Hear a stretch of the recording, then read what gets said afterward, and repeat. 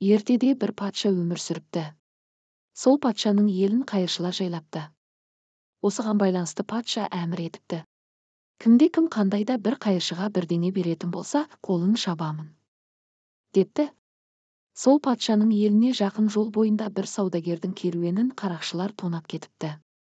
Сөйтіп әлгі саудагер ауыл шетіндегі бір үйдің есігін қағыпты. Есікті бір әдемі қыз ашыпты. «Қызым, бір үзім нан мен бір кесе су берші», депті саудагер.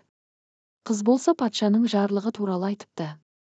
«Егер мен сізге бірдеңе берсем, қолымнан айырыламын дегенде, мен қайыршы емеспін, саудагермін.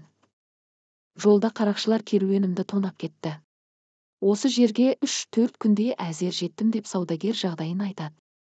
Қыз жаны ашып, Аллаға тәуекел етіп, бір кесе су мен 2 күлше нан алып шығып беріпті. Бұл әңгіме дереу патшаның құлағына жетеді. Мұны естіген патша ашуланып, жендеттеріне тез қызды тауып әкеліп, 2 қолын шауып тастауды бұйырыпты.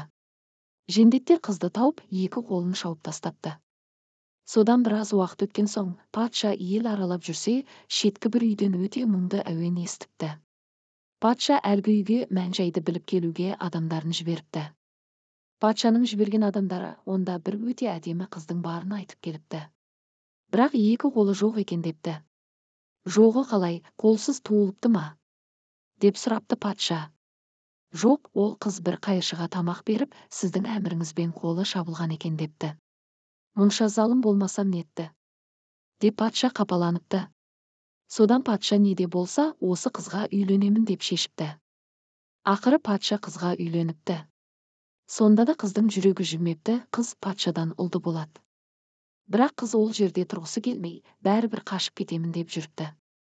Сөйтіп бір күні түнде ұлын алып сарайдан қашып шығыпты. Тау-тасты кезіп, ұзақ жол жүріп бір дарияға кез болыпты.